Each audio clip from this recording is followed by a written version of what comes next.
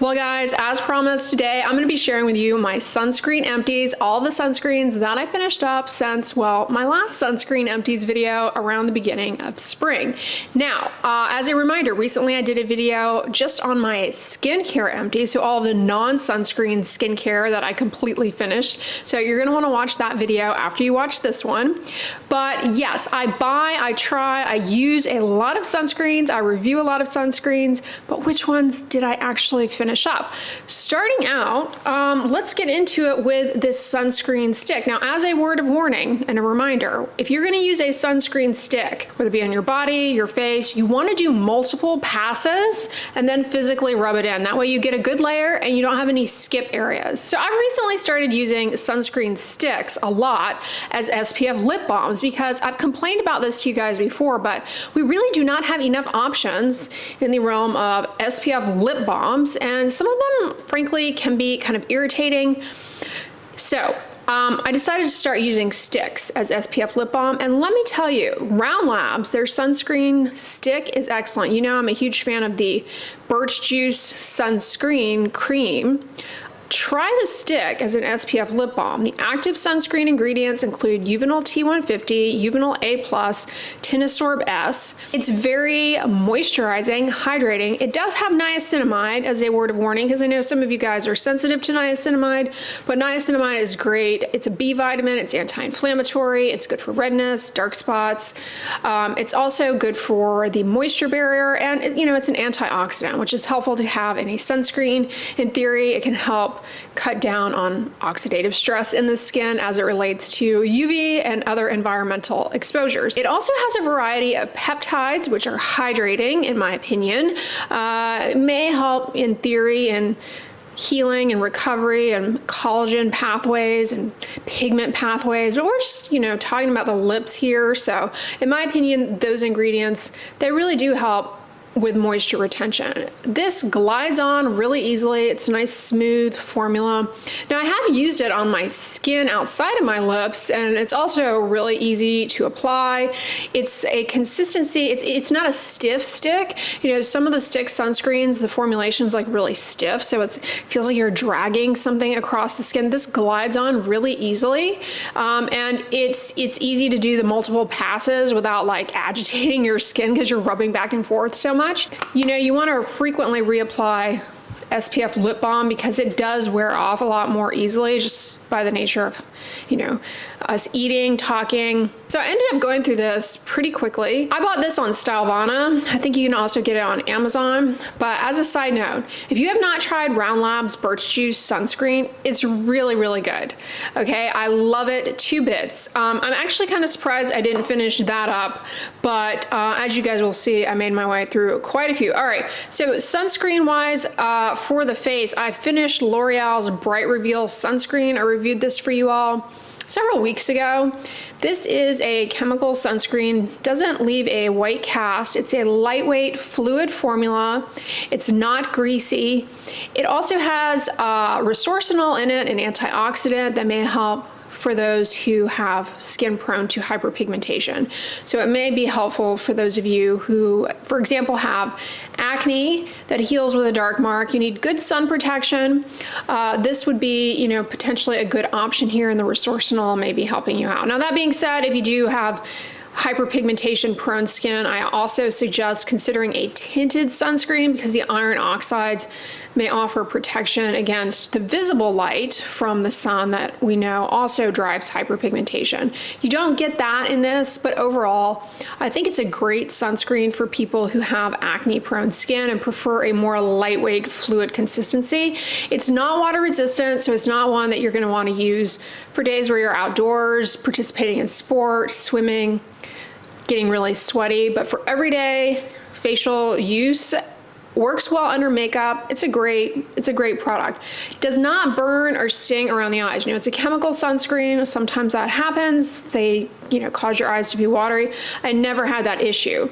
And it's also great in hair bearing areas. So if you have facial hair, you know, around your eyebrows, you're not gonna, I didn't get any like residue on my eyebrows at least. I love that it's fragrance free. I really wish that the serum from this brand, which I also reviewed.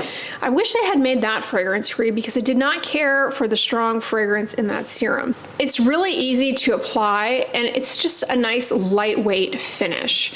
So highly recommend trying this one out. Now, it does have alcohol denaturant in it, which allows it to be kind of this fluid, quick dry formula.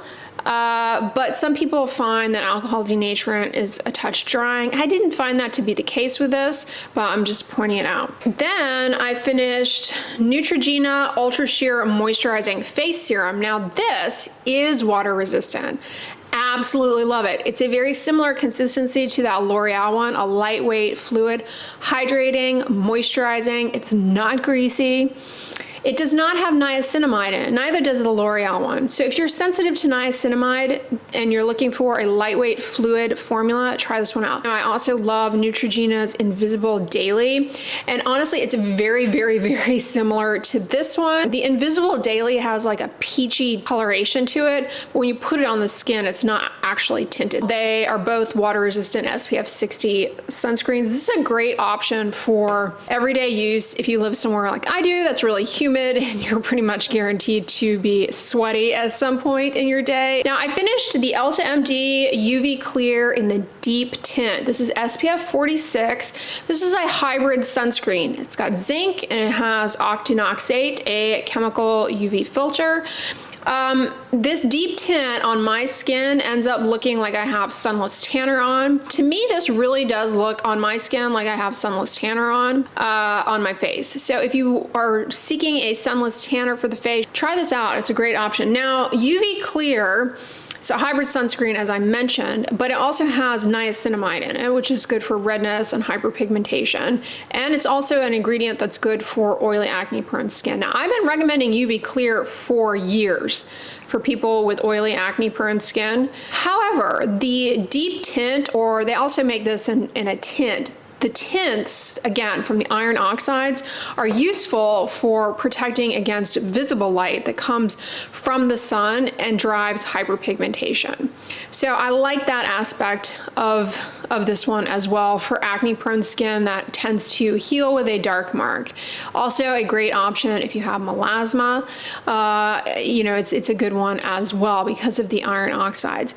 Not water resistant though. And you may be wondering like, well, if I'm indoors, do I need the visible light protection? Because you hear all of these like blogs and accounts talking about visible light from like your computer screen, your cell phone, and the amount of visible light that comes out of those devices is so low in comparison to the dose that you get from the sun that you don't need to be worried about that. Now, that being said, the light that comes from those devices, it can impact your sleep-wake cycle.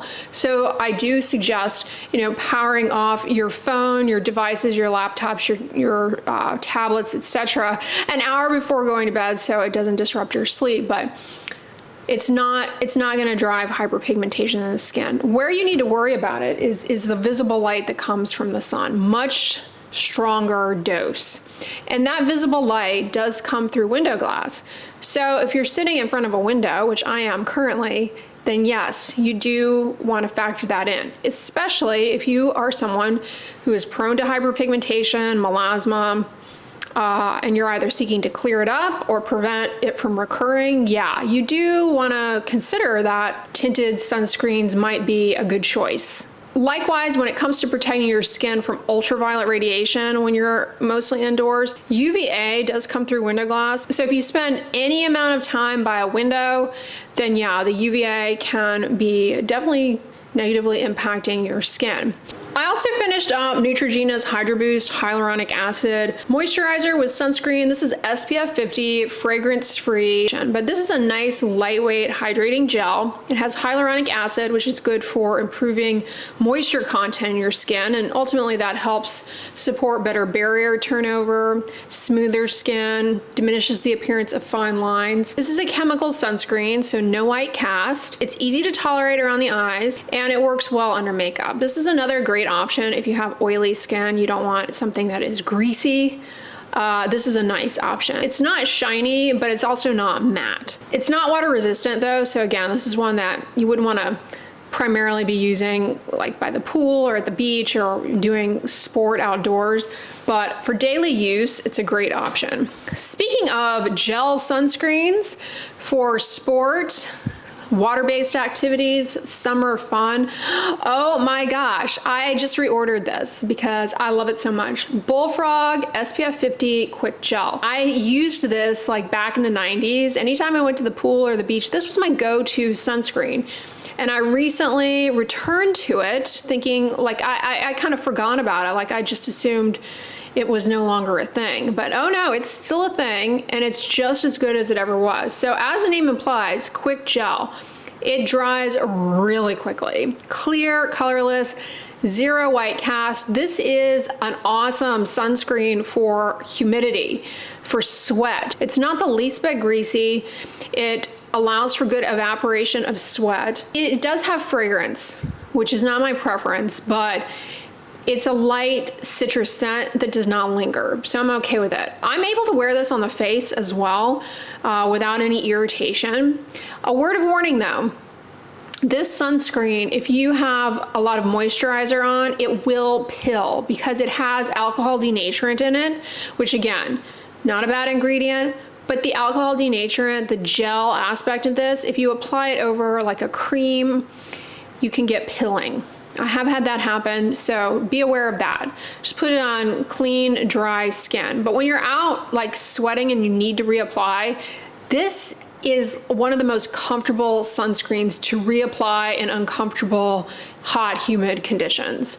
It's almost improves the discomfort because it's that quick gel, quick drying formula that almost seems to help pull off some of that excess sweat off the surface of your skin. It's a chemical sunscreen, so no white cast, and it is water resistant 80 minutes. But speaking of body sunscreens, if you guys are looking for more body sunscreen recommendations, you're gonna wanna watch the video on the end slate of my body sunscreens for summer 2024 video. So I will put that on the end slate. You can watch it next if that is of interest to you. But if you guys like this video, give it a thumbs up, share it with your friends, and as always, don't forget, sunscreen and subscribe. I'll talk to you guys tomorrow.